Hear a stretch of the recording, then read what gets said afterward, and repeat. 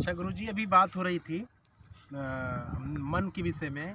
तो एक तन मन है, तन घट का मन है। तन घट के अंदर मन घट है। संतो तन खोजो मन पाया। दो है कि एक है गुरुजी? वो जैसे एक सिक्का है, हेड और टेल है, वो एक है कि दो है? एक एक सिक्का तो एक गिनोगे ना, लेकिन उसके पहलू दो हैं। नहीं, भगत जी कह रहे थे एक है, इधर बात हो रही थी कि दो है, मतलब फिर समझ लो सिक्का एक ही है। तुम्हारी जेब में सिक्का और तुम्हारी जेब में हेड और टेल दोनों पड़े हैं जी। अब तुम ये थोड़ी नहीं कहोगे मेरे पास सिक्का है वो हेड है। अरे भैया टेल भी वही सिक्का है। वो तो जहाँ पे दाव लग गया वो सामने आ जाता है। तो इसी बोला है कि तन ही मन है, मन ही तन है, दुविधा में हैरान। सारा संसार दुविधा में है, ये समझ नहीं पा रहा है। तन और मन यानी कि जैसे हवा, जैसे पानी और बर्फ एक ही है, लेकिन तुम झगड़ा करते रहो कि पानी चाकोर नहीं है, बर्फ की तो सिल्ली है।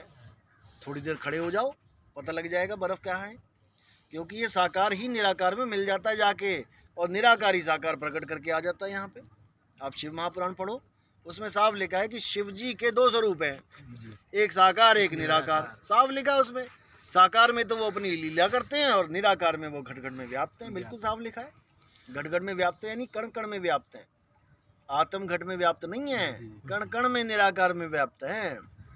लेकिन इन दोनों स्वरूप से कबीर साहब ने ये खुलासा किया कि इन दोनों स्वरूप से ऊपर एक आत्म स्वरूप है जिसको शब्द कहते हैं। वो शब्द की वजह से निराकार और साकार दोनों अस्तित्व में हैं।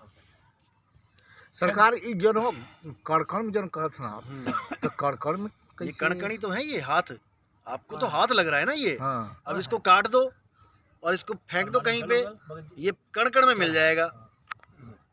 जो मिट्टी है ना, मिट्टी को घड़ा तो नहीं बोलता कोई। कण कण उठाए मिट्टी का, कण उठाए ना, उसको पानी के साथ करा और उसको घड़ा बना दिया। अब आप कह रहे हो कि ये घड़ा है, और जो जानकार है वो कह रहे नहीं ये कणकण है, ये कणकण है, ये आपस में मिल के घड़ा बन गए। तुम कहो नहीं ये कणकण नहीं है। अरे भैया कण ही है, लेकिन तुम जान नहीं ये मतलब हमारा पूछना कि ईश्वर कणकण है। ईश्वर लोग कहते हैं कणकण में, असल में ब्रह्म कणकण में है। वो तो ये ब्रह्म ईश्वर का मतलब अगर बोलोगे परमात्मा, तो परमात्मा कणकण में नहीं है। यही बात। कणकण में है तो पत्थर में भी है। साहिब क्यों खंडन कर रहे हैं पत्थर का? जी जी वही बात हम पूछ रहे थे। मुझे हरी मिले, हाँ यही बात पूछ रहे थे। अगर वो आत्म घट में है, वो आत्म घट में है, आत्म में राम, राम में आत्म। चीनस गुरमुख विचारे। ठीक। देखो मन खोजोगे, तन खोजोगे तो मन मिलेगा, आत्मा खोजोगे तो परमात्मा मिलेगा। बस इतना समझ लो।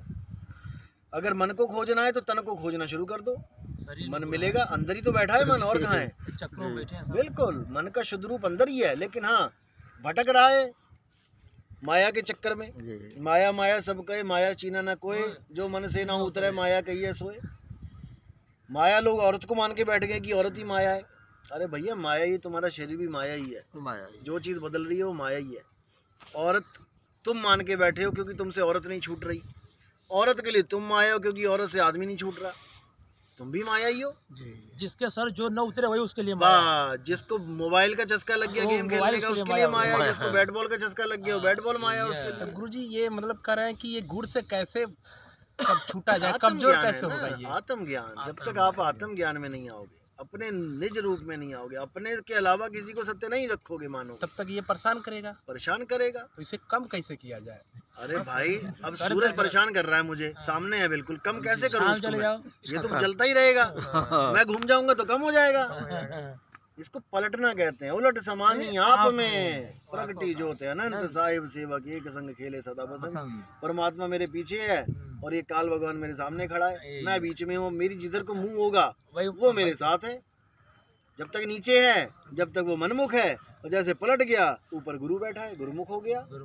तुम्हारा मुख जिस तरफ हो गया तुम वही हो जाओगे, वही मुख हो जाएगा।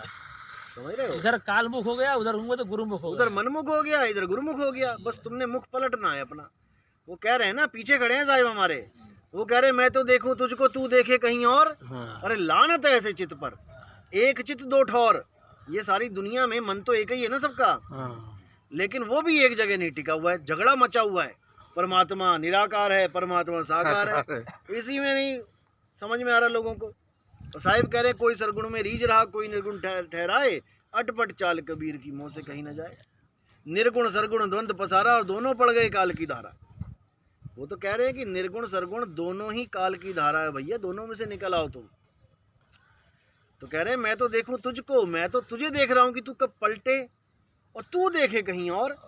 लानत ऐसे चित्त पर एक चित्त दो ठौर। आधी दुनिया निर्गुण को मान रही है। ईसा मसीह वाले, ये मुसलमान जितने भी हैं, ये सब निराकार को मान रहे हैं। शिव वाले, जो शिव शंकर वाले नहीं, शिव वाले ब्रह्म कुमारी, ये सब निराकार को मान रहे हैं। शिव बाबा मानते हैं ब्रह्म कुमारी वाले। लेकिन जो साकार को मान रहे हैं वो राम जी, कृष्ण जी, हनुमान जी, या फिर अपने कबीर साहब को भी साकार में मानते हैं कई लोग। वो कहते हैं कबीर साकार है, वो देखो दाढ़ी वाले कबीर हैं, वो उनको साकार में मान रहे हैं। लेकिन कबीर साहब कह रहे हैं कि दोनों से न्यारा वो जानो उसको जो सरगुण निर्गुण दोनों से न्यारा, और जानेगा कोई जानन हारा। उसको कैसे जानेंगे? वो शब्द है। कबीर साहब कहते गुरु जी की एक ही ब्रह्म और ने कोई सब घट रहा है। तो साहब कह रहे हैं उसको जानो जो सब में रमा हुआ है। किस रूप में रमा हुआ है? शब्द रूप में। हम हैं शब्द, शब्द